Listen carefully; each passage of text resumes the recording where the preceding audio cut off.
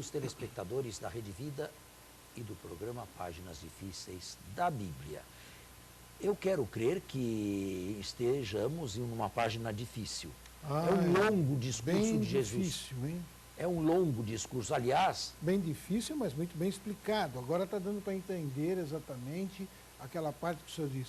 Meio olho nos anos 20 e um olho e meio nos anos 90. E nos anos 90, e nos anos 90, que o evangelista retroage muito para os anos 20, o que havia? Havia a comunidade joanita de um lado e de outro lado cristãos, judeus cristãos de fé inadequada, isto é, de cristologia baixa para eles. O que fez com que esses judeus não abraçassem o cristianismo de tudo, de vez? Duas coisas, a meu ver. Primeiro, a divindade de Jesus, mas era preciso dizer que aquele homem com quem nós fizemos o que quisemos, ou com quem os nossos fizeram o que quiseram, era Deus. É difícil. É preciso chegar a esse ponto. Mas e ainda é preciso entender como se via Deus naquela época, como os judeus entendiam Deus naquela época. E como fica o Deuteronômio. Ouve Israel, o Senhor teu Deus é o único Deus. Esses não devem ser acusados, os cristãos, de diteísmo, dois deuses. E mais, se isto não fosse suficiente, ainda se deve comer a carne dele e beber o sangue dele. Para uma mentalidade judaica, isto era demais. Absolutamente. Não podemos adorar mais juntos. Então, de um lado eram de fé inadequada e, por outro lado, alguns deles foram expulsos das sinagogas. Agora, tudo isto, para o leitor, finge passar-se nos anos 20, nos anos de Jesus. Entendo. Então, vamos continuar a leitura. Então, estamos no capítulo 8º. Hoje é dia 14 de dezembro, não é? Sim. E estamos no coração do Advento e é dia de um santo que eu admiro muito, São João da Cruz, não é? Que viveu muito esse texto que nós estamos meditando e sobre que estamos tecendo comentários. Então nós vamos a partir do versículo 31 do capítulo 8º. Se permanecerdes na minha palavra, sereis verdadeiramente meus discípulos, e conhecereis a verdade, e a verdade vos libertará. Bom, Jesus já se apresentou como luz do mundo, agora se apresenta como a verdade que verdadeiramente liberta. Mas, continue. Responderam-lhe. Responderam-lhe, né? Responderam-lhes. Lhes não, a Jesus. Aqui está lhes. Responderam-lhes? Sim. É? Não, está errado. Responderam-lhe a Jesus. Sim. Quem está falando é o povo. Responderam a Jesus. Então, responderam-lhe. Somos a descendência de Abraão e jamais fomos escravos de alguém. E mais uma vez a incompreensão. Eles não eram escravos. Eles não. Eles estavam entendendo uma opressão ou uma escravidão política ou material. O que não era verdade, porque eles estavam sendo oprimidos pelos romanos. Sim. Exatamente. Mas leia mais uma vez. Responderam-lhe. Somos a descendência de Abraão e jamais fomos escravos de alguém. E aqui o evangelista mostra um tema muito comum do cristianismo das origens. Ou melhor, nas discussões com os judeus se valiam muito da presunção de serem descendência biológica de Abraão e terem a salvação praticamente garantida. E por isso mesmo o Batista, nos sinóticos, o texto não se afasta muito, diz que Deus é capaz de suscitar até de pedras e cascalhos filhos de Abraão. Paulo terá uma outra resposta na carta aos Gálatas. Uma outra resposta. Diz a Escritura que a promessa foi feita a Abraão e à sua descendência. Como, porém, a sua descendência está no singular, e Paulo lê a sua descendência no singular, não aos seus descendentes, mas à sua descendência, Paulo fez tesouro desse singular e mostrou que a descendência de Abraão é um só, o Cristo. E, portanto, são descendentes de Abraão aqueles que estão enxertados em Cristo. Porque a promessa foi feita a Abraão e a sua descendência, um só, Cristo. E os que são um só com Cristo. Mas essa é a teologia de Paulo. Mas fica bem completo, hein? Fica bem completo. Tornai-vos-eis, como podes dizer, tornar-vos-eis livres? Jesus lhes respondeu. É claro, Jesus estava falando não de uma liberdade física, de uma liberdade política, mas da única liberdade que lhe interessava, a liberdade religiosa, a liberdade entre o ser humano e Deus. Esta era a única liberdade que interessava a Jesus. Em verdade vos digo, quem comete o pecado é escravo. Ora, o escravo não permanece sempre na casa, mas o filho aí permanece para sempre. Se, pois, o Filho vos libertar, sereis realmente livres. Sei que sois a descendência de Abraão, mas procurais matar-me, porque minha palavra não penetra em vós. Eu falo o que vi junto de meu Pai. Discípulos judeus que nele creram, mas que agora querem matá-lo. Percebe que isto não bate bem? Se fosse apenas dos anos 20. Porque minha palavra não penetra em vós. Eu falo o que vi junto de meu Pai, e vós fazeis o que ouvis de vosso pai. Responderam-lhe, nosso pai é Abraão. Disse-lhes Jesus. Jesus não contesta, porém coloca num condicional irreal. Se sois filhos de Abraão, praticai as obras de Abraão. Vós, porém, procurais matar-me, a mim que vos falei a verdade que ouvi de Deus. Isso Abraão não o fez. Vós fazeis as obras de vosso pai. Disseram-lhe então, não nascemos da prostituição. Isto é, nunca fomos idólatras. Sempre adoramos o Deus verdadeiro. Nunca deixamos o único Senhor. Os profetas haviam já no passado identificado a idolatria com a prostituição, a fornicação. Nós temos um só Deus. É isso que eles querem dizer. Não nascemos da prostituição. Temos só um Pai, Deus. Bem, isso tudo é discussão. A gente vê o eco disto no final dos anos 90, entre sinagoga e igreja. É bem a discussão. Se Deus fosse vosso Pai, vós me amaríeis, porque saí de Deus e dele venho. É claro que isso é um cristão que fala à luz da Páscoa. Não venho por mim mesmo, mas foi ele que me enviou. Por que não reconheceis minha linguagem? É porque não podeis escutar minha palavra. Vós sois do diabo, vosso pai, e quereis realizar os desejos de vosso pai. E aqui está um texto forte e pesado do quarto evangelho. Chamar os judeus opositores e filhos do diabo. Mas aqui vem a pergunta, o diabo também gera filhos? Que Deus gere filhos? Este evangelho e, sobretudo, as cartas afirmam ou dizem afirmativamente. Mas, sim, Deus gera. Mas gerar é algo positivo, não é negativo. E, portanto, não pode ser atribuído ao diabo. O diabo não gera filhos. Ao menos não. O diabo não tem filhos por geração. O diabo tem filhos por imitação.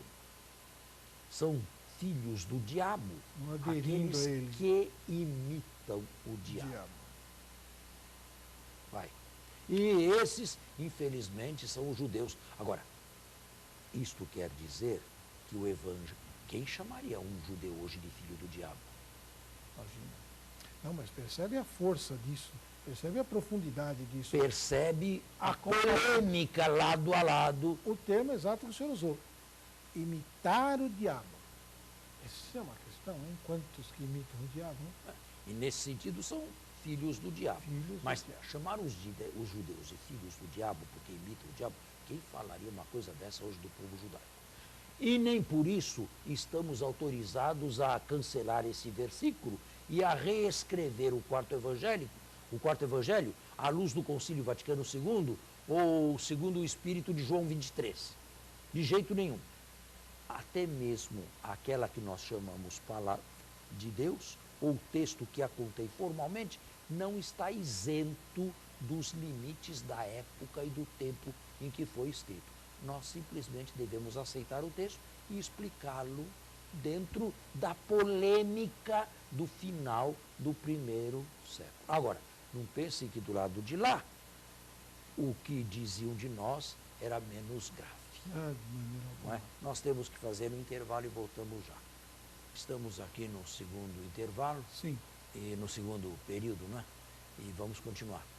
Eu vou ler de novo, novamente, o versículo 44. O senhor Sim. explicou essa questão do- Falta muito para acabar esse capítulo Ah, oitavo? falta. Não vamos acabar hoje. Então não vamos acabar. Imaginei que pudesse acabar, mas enfim. Estamos no 44, ele vai até o 59. Né? Vós sois do diabo, vosso pai, e quereis realizar os desejos de vosso pai. Ele foi homicida desde o princípio e não permaneceu na verdade, porque nele... Ele foi homicida desde o início, o diabo, aqui, bem de acordo com a mentalidade judaica, porque inseriu a mentira no início da humanidade, no texto de Gênesis. Sim. Sereis como deuses. E não permaneceu na verdade, porque nele não havia verdade. Quando ele mente, fala do que lhe é próprio, porque é mentiroso e pai da mentira. Mas porque digo a verdade e não credes em mim? Quem dentre vós me acusa de pecado? Se digo a verdade, por que não credes em mim? Quem é de Deus, ouve as palavras de Deus. Por isso, não ouvis, Mais uma porque vez. sois de Deus. Porque não sois de Deus. Mais uma vez. Aí está bem a polêmica, de um lado judeus, de outro lado cristãos, da comunidade joanita, no final do século. E a comunidade joanita colhendo e explicitando melhor a originalidade de Jesus. No fundo, Ailton e meus caros telespectadores, nós temos duas comunidades, ambas procurando a maior glória de Deus e ambas se digladiando entre si por causa de uma visão ambígua ou de uma visão contrária que tinham de Jesus. Jesus como ponto de contradição. Ambas querendo dar glória a Deus e ambas se pegando por causa de Jesus. Para uns, Jesus é uma pessoa respeitável, é o Filho que nos trouxe a imagem do Pai e fez a verdadeira exegese do Pai. Para outros, um embusteiro, um enganador que leva simplesmente ao afastamento do único Deus. Está aí. Tá bem. Percebe que são duas maneiras bem, é irônico isto, ambas as partes procurando dar glória a Deus. Uma aceitando Jesus e a outra negando Jesus. Exatamente. E isso é difícil de entender, hein? as pessoas que discutem dessa forma é muito difícil de entender. E de certa maneira, De se entender. e de certa maneira é o nosso pomo de discórdia com o judaísmo até os dias de hoje.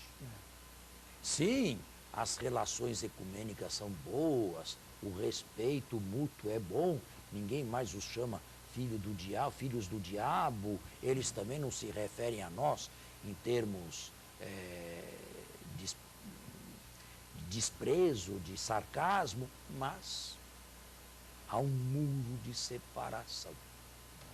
E esse muro de separação é exatamente a cristologia. É difícil mesmo. Vou ler de novo, inclusive. Quem é de Deus ouve as palavras de Deus. Por isso não ouves, porque não sois de Deus. Os judeus responderam: não dizíamos com razão que és samaritano e tens um demônio? Bem, aqui mais uma vez o quarto evangelista se aparenta bem com os sinóticos. Lá Jesus foi acusado de ter conluio com o demônio, de expulsar demônios pelo poder de Beelzebu. Portanto, aqui se nota bem um chão comum, um denominador comum dos evangelhos entre si. E isto significa que realmente se deu nos anos 20. Respondeu Jesus: eu não tenho demônio, mas honro meu Pai, e vós me desonrais. Não procuro a minha glória. Há quem a procure e julgue. Em verdade vos digo, se alguém guardar minha palavra, jamais verá a morte. Disseram-lhe os judeus: Os judeus de fé inadequada. agora sabemos que tens um demônio. Abraão morreu, os profetas também. Mas tu dizes, se alguém guardar minha palavra, jamais provará a morte? És porventura maior do que nosso pai Abraão, que morreu?